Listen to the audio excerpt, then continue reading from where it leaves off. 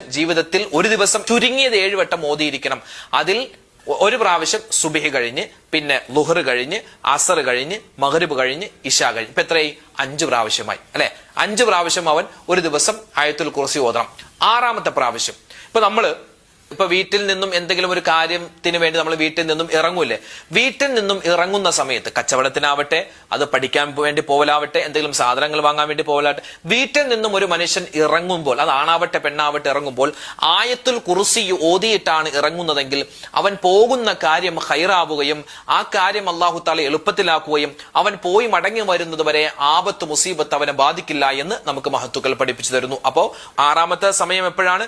വീട്ടിൽ നിന്നും എന്താവശ്യത്തിന് വേണ്ടി പുറത്തിറങ്ങുന്നു ആ സമയത്ത് ആയത്തുൽ കുർസി ഓതണം.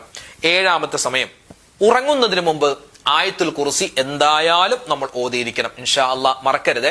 പിന്നെ നമ്മൾ ഈ നിസ്കാരത്തിന് ശേഷം ആയത്തുൽ കുർസി ഓതണം എന്ന് പറഞ്ഞല്ലോ, അത് ഈ സുബ്ഹി നമസ്കാരത്തിന് ശേഷവും മഗ്രിബ് നമസ്കാരത്തിന് ശേഷവും നമ്മള് ഒരു സ്പെഷ്യൽ 2 ദിക്ർ പറയാറുണ്ട്. അത് നിങ്ങൾ പറയാറുണ്ടോ എന്ന് അറിയില്ല. പറയാറുണ്ടോ? നമ്മള് സുബഹി നമസ്കാരം കഴിഞ്ഞ് സലാം വീട്ടി, അസ്സലാമു അലൈക്കും വറഹ്മത്തുള്ളാഹി, അസ്സലാമു അലൈക്കും വറഹ്മത്തുള്ളാഹി, സലാം വീട്ടി കഴിഞ്ഞാൽ പിന്നെ ഉടൻ തന്നെ എന്ത് പറയണം? ലാ ഇലാഹ ഇല്ലല്ലാഹു വഹ്ദഹു ലാ ശരീക ലഹു ലഹുൽ മുൽക്കു വലഹുൽ ഹംദു വഹുവ അലാ കുല്ലി ഷൈഇൻ ഖദീർ.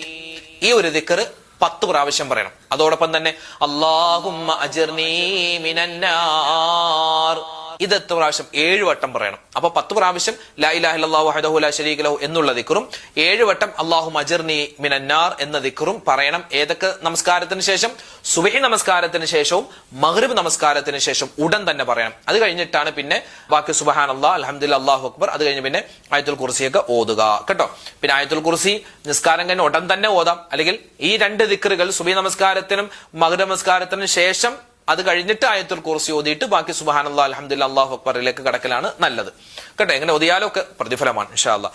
അപ്പോ ആ ഒരു കാര്യം മറന്നു പോവാൻ പാടില്ല.